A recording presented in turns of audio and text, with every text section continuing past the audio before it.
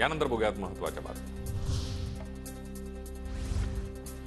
रामदास स्वामींनी तसं छत्रपती शिवाजी महाराजांना मार्गदर्शन केलं, तसं मार्गदर्शन गोविंदगिरी महाराज करतायत। उत्तर प्रदेशचे मुख्यमंत्री योगी आदित्यनाथ यांचं आळंदीमध्ये विधान।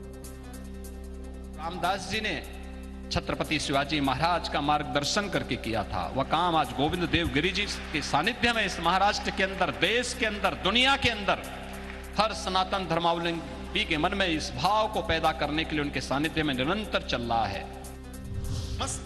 योगी आदित्यनाथांच्या वक्तव्याचा अजित पवार गट निषेध करणार का? योगींच्या वक्तव्याचा निषेध, पण अजित पवार गटाची भूमिका काय? रोहित पवारांचा सवाल। त्याचा विरोध आम्ही करतोच, आम्ही निषेधही करतो। ज्या कोणी लोकांनी अशा पद्धतीने जिजाऊंचं नाव घेण्याऐवजी तिसऱ्या कोणाचं नाव तिथे घेतलेलं आहे त्याचा विरोध आम्ही पूर्वीपासून केलेला आहे। पण जे लोक आज भाजप बरोबर गेलेले आहेत आणि पूर्वी ते भाजप बरोबर नव्हते, जसं अजितदादा आणि सगळे नेते, त्यांनी सुद्धा त्यावेळेस त्या वक्तव्याचा विरोध केला होता। कोल्हापूरमध्ये संभाजीराजेंच्या कार्यकर्त्यांच्या गाडीवर भावी सीएमचे पोस्टर, तर महाराष्ट्राच्या पलीकडे देशात कसं जाता येईल याकडे माझं लक्ष, संभाजीराजेंची प्रतिक्रिया।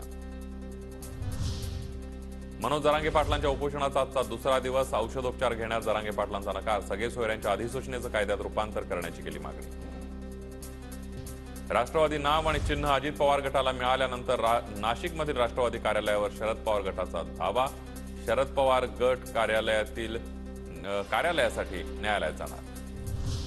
राज ठाकरे 3 दिवस पुणे दौऱ्यावर, आजपासून 2 दिवस ग्रामीण भागामध्ये असणार। लोकसभा निवडणुकीच्या पार्श्वभूमीवर राज ठाकरे कार्यकर्त्यांच्या भेटीगाठी घेणार।